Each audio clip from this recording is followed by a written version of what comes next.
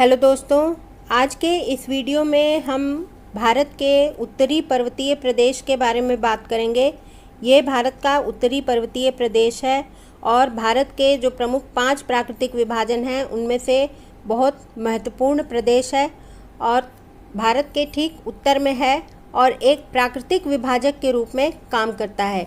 एक भौगोलिक विभाजक भी है, एक जलवायु विभाजक भी है और एक जल विभाजक भी है, क्योंकि इसके उत्तर में तिब्बत का पठार है और इसके दक्षिण में भारतीय उपमहाद्वीप है, इसके बीच में विभाजक है। इसके अलावा ये एक जलवायु विभाजक भी है, क्योंकि इस पर्वतीय प्रदेश के उत्तर में अलग प्रकार की जलवायु पाई जाती है, इसके दक्षिण में अलग प्रकार की जलवायु पाई जाती है। और अगर ये पर्वतीय प्रदेश नहीं होता तो इस भारतीय उपमहाद्वीप की जलवायु अभी वर्तमान से बिल्कुल अलग होती। इसके अलावा ये एक प्राकृतिक जल विभाजक के रूप में भी काम करता है, क्योंकि जो सिंधु गंगा प्रणाली की नदियां हैं और जो तिब्बत प्रणाली की नदियां हैं उनके बीच में एक प्राकृतिक जल विभाजक के रूप में काम करता है। जैसा कि आपको पता भी होगा कि इस पर्वतीय प्रदेश का निर्माण कैसे हुआ। इस पर्वतीय प्रदेश का निर्माण प्लेट टेक्टोनिक्स थ्योरी के अनुसार दक्षिण से इंडो ऑस्ट्रेलियन प्लेट और उत्तर से यूरेशियाई प्लेट के टकराने से हुआ यहाँ पर, और उनका अभिसरण हुआ, यहाँ पर कन्वर्जेंस हुआ। यहाँ पर टेथिस नाम का सागर था, उसी स्थान पर इस पर्वतीय प्रदेश का निर्माण हुआ। अब देखते हैं कि ये जो पर्वतीय प्रदेश है उसको कितने भागों में बांटा गया है। अगर इसका अक्षांशीय विभाजन देखें, अक्षांशीय विभाजन यानी कि उत्तर से दक्षिण विभाजन, तो इस पर्वतीय प्रदेश को मुख्य रूप से 2 भागों में बांटा गया है। उत्तर का भाग जो है वो ट्रांस हिमालय कहलाता है और दक्षिणी भाग जो है वो हिमालय प्रदेश कहलाता है। ट्रांस हिमालय, ट्रांस यानी कि पार, हिमालय के पार यानी कि हिमालय के उत्तर में जो क्षेत्र है उसे ट्रांस हिमालय कहते हैं, क्योंकि उस पर्वतीय प्रदेश का निर्माण जो है हिमालय श्रृंखलाओं से पहले हुआ था, इसलिए उसे ट्रांस हिमालय कहते हैं। तो ये जो ट्रांस हिमालय का क्षेत्र है वो पूर्व पश्चिम लगभग 1000 किलोमीटर की लंबाई में फैला हुआ है और इसमें मुख्य रूप से इसमें 3 श्रृंखलाएं आती हैं, कराकोरम, लद्दाख और जांस्कर KLZ। ये 3 श्रृंखलाएं ट्रांस हिमालय में आती हैं। और अगर हम देखें इसमें तो यहाँ पर कैलाश पर्वत है, तो कैलाश पर्वत भी ट्रांस हिमालय का हिस्सा है। अब आते हैं हिमालय प्रदेश की ओर।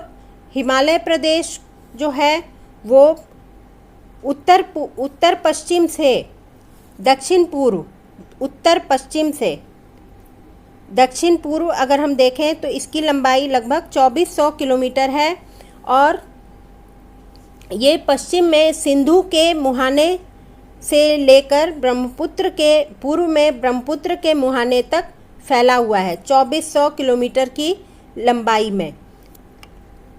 और इसको जो है, इस जो हिमालय का जो प्रदेश है इसको हम कैसे बांटते हैं, इसको हम 3 भागों में बांटते हैं, 3 श्रृंखलाओं में बांटते हैं ऊंचाई के अनुसार। उत्तर से दक्षिण हिमालय पर्वत की ऊंचाई कम होती जाती है और इसको अगर हम देखें तो जो सबसे उत्तर की श्रृंखला है उसे हम ग्रेटर हिमालय कहते हैं, क्योंकि ये सबसे ऊंची श्रृंखला है, या हिमाद्री कहते हैं। उसके बाद फिर मध्य हिमालय आता है जिसको हम हिमाचल हिमालय कहते हैं, और उसके बाद सबसे दक्षिण में शिवालिक हिमालय है या बाह्य हिमालय है, जो सबसे कम ऊंचाई की श्रृंखला है। तो इस तरह से हिमालय 3 भागों में बटा हुआ है और इसके ऊंचाई के अनुसार, और इसके अलावा पूर्व की ओर जो पहाड़ियां हैं, हिमालय का ही जो हिस्सा हैं, उनको हम पूर्वी पहाड़ियां कहते हैं। तो एक एक करके देखते हैं। जो सबसे ऊंची श्रृंखला है वो तो हिमाद्री है। उसके बाद जो हिमाचल हिमालय है उसके अंतर्गत छोटी छोटी कुछ श्रेणियां हैं, जैसे पीर पंजाल श्रेणी है, ये कश्मीर और हिमाचल प्रदेश में फैली हुई है। ये मध्य हिमालय हिमाचल हिमालय का हिस्सा है। धौलाधार श्रेणी है, ये भी हिमाचल हिमालय का हिस्सा है। नाग टिब्बा है, ये भी हिमाचल हिमालय का हिस्सा है। और अगर हम थोड़ा पूर्व की ओर आएँ तो जो महाभारत रेंज है वो भी हिमाचल हिमालय का हिस्सा है। इन ये जो श्रेणियां हैं इनसे जुड़ी हुई कुछ घाटियां हैं, जो पीर पंजाल श्रेणी में कश्मीर की घाटी है, धौलाधार श्रेणी में कुल्लू की घाटी है, शिमला जो है वो भी धौलाधार श्रेणी में ही स्थित है।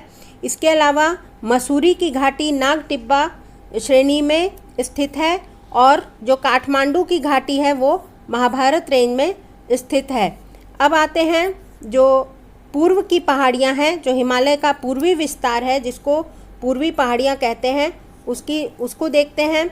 इसमें दिहांग गौर से शुरू होकर धीरे धीरे दक्षिण की ओर इनका विस्तार है। यहाँ पर एक हेयर पिन मोड़ है। यहाँ पर अचानक से हिमालय की श्रृंखलाएं दक्षिण की ओर मुड़ जाती हैं, क्योंकि यहाँ पर एक बहुत दृढ़ अवरोध मिलता है, जिसके कारण यहाँ पर हिमालय की चट्टानें दक्षिण की ओर मुड़ गई हैं। और इनमें इन जो छोटी छोटी जो पहाड़ियाँ हैं उनका अलग अलग नाम है। जो यहाँ पर जो अगर हम उत्तर से दक्षिण की ओर देखें तो ये पटकाई बुम है, उसके बाद नागा हिल्स है, उसके बाद मणिपुर हिल्स है, और फिर मिजो हिल्स है जिसको कि लुशाई हिल्स भी कहते हैं इसी को। तो ये 4 हैं, Patkai Bum, Naga hills, Manipur hills, Mizo hills. तो यहाँ पर अरुणाचल प्रदेश है, अरुणाचल प्रदेश, पटकाई बुम, नागालैंड, मणिपुर, मिजोरम, यहाँ पर त्रिपुरा है, यहाँ पर मेघालय है। ये एक याद रखने वाली बात है कि मेघालय में जो पहाड़ियाँ पाई जाती हैं, जो गारो, खासी और जैंतिया जो हैं, ये हिमालय का हिस्सा नहीं है। ये जो प्रायद्वीपीय पठार है उसका हिस्सा है। ये प्रायद्वीपीय पठार का हिस्सा है गारो, खासी, जैंतिया, क्योंकि इन पहाड़ियों में जो चट्टानें पाई जाती हैं वो प्रायद्वीपीय पठार से समानता रखती हैं। इसलिए मणिपुर की जो पहाड़ियाँ हैं वो हिमालय का हिस्सा न होकर के ये प्रायद्वीपीय पठार का हिस्सा है। बाकी जितनी भी पहाड़ियाँ हैं वो हिमालय का हिस्सा हैं। तो आशा है आज का वीडियो आपको अच्छा लगा होगा। तो अगले वीडियो में फिर से मिलेंगे। तब तक के लिए लाइक करें, वीडियो को लाइक करें, चैनल को सब्सक्राइब करें, शेयर करें। फिर से जल्दी ही मिलेंगे अगले वीडियो में। तब तक के लिए धन्यवाद और नमस्कार।